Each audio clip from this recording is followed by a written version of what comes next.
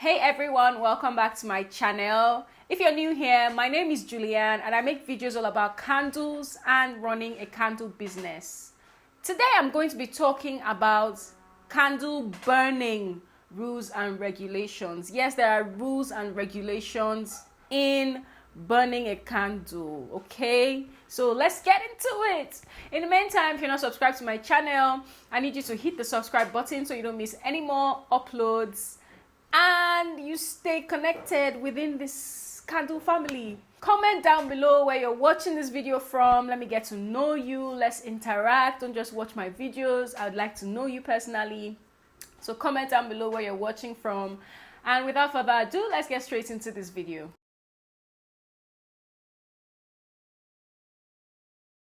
So the reason why there are rules and regulations for burning a candle is obviously for safety.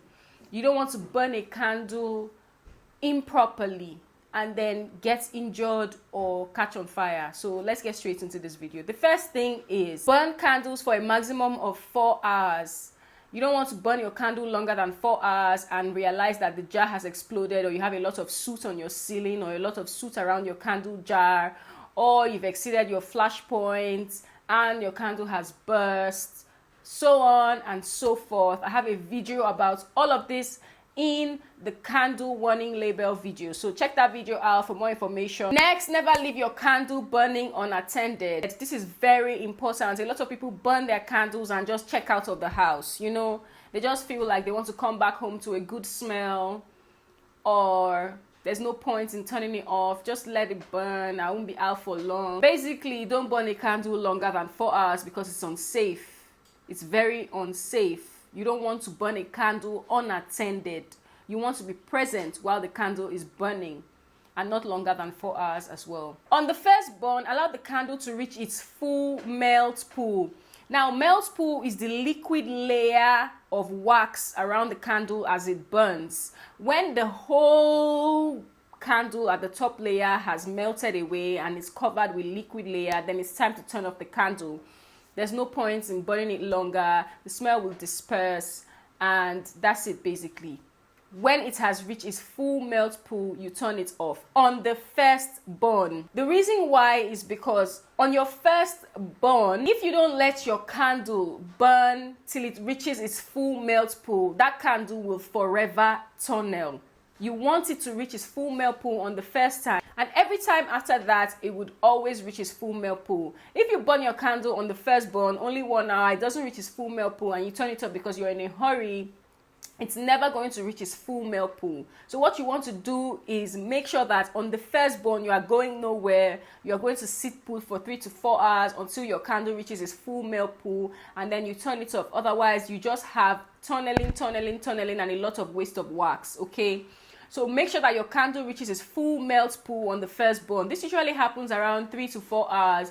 If it doesn't happen after 4 hours, then the wick in that candle is way too small, and the producer of that candle has to wick up. Keep 2 feet away from clothing, books, curtains, and any other flammables. You don't want your curtain to get into your candle and catch on fire. You don't want books to get in your candle and catch on fire. Okay, so keep 2 feet away from curtains, candles, and flammables. You don't want to keep it besides perfumes, deodorants, insecticides. Keep it far away from flammables, so there's no casualty or injury or destruction or explosion. Keep candles away from air currents. Like I said in the candle warning label video, air currents are like air, strong wind, you know. Just keep it away from fan, the air conditioner. Keep it away from the fan directly, because it can blow stuff into the candle that causes it to catch on fire, a bigger flame than expected. So just keep it simply away from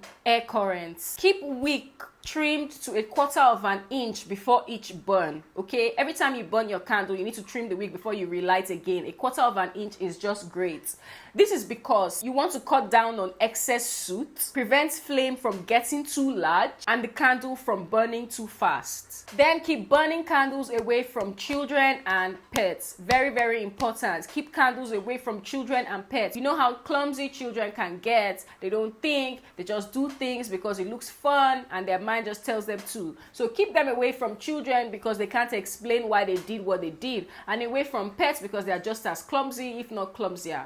Place pillar candles in candle holders. You don't want to burn pillar candles directly on the surface because the wax will melt down, destroy the surface.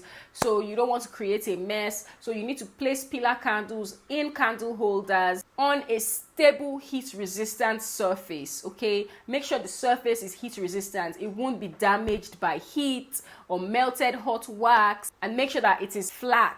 Okay, it's leveled, it's not slanty like this, so that your candle doesn't burn the other way around, melts inappropriately and just destroys everything. Make sure that your surface you're burning your candle is leveled.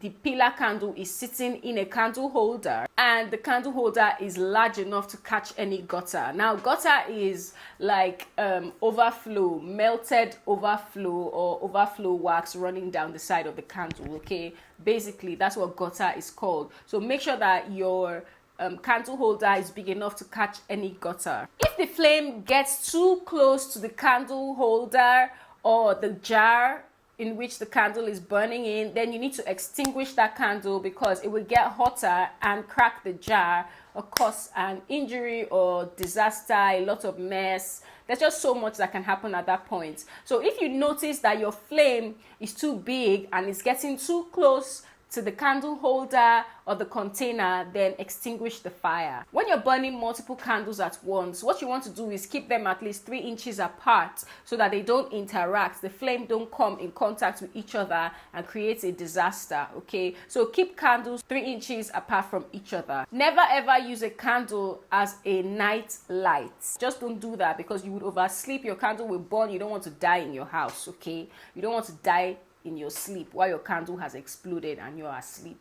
So don't do that. Don't use a candle as a night light. Extinguish it before going to bed to avoid the risk of it catching on fire due to exceeding the 4-hour maximum burn time. I hope that these rules and regulations have helped you understand the process of burning a candle. If you don't know how to burn a candle, it is simple. Just follow these rules and regulations and you are safe and good to go. These rules and regulations can also be found on your warning labels. Some of them, not all of them, can be found on your warning labels, which is important that you stick your warning labels on your candle and your candle packaging. If this video helped you, let me know in the comment section which information is new to you, and if you have any contributions to this, leave them in the comment section as well as let me know where you're watching this video from, and I'll see you in my next video. Bye for now.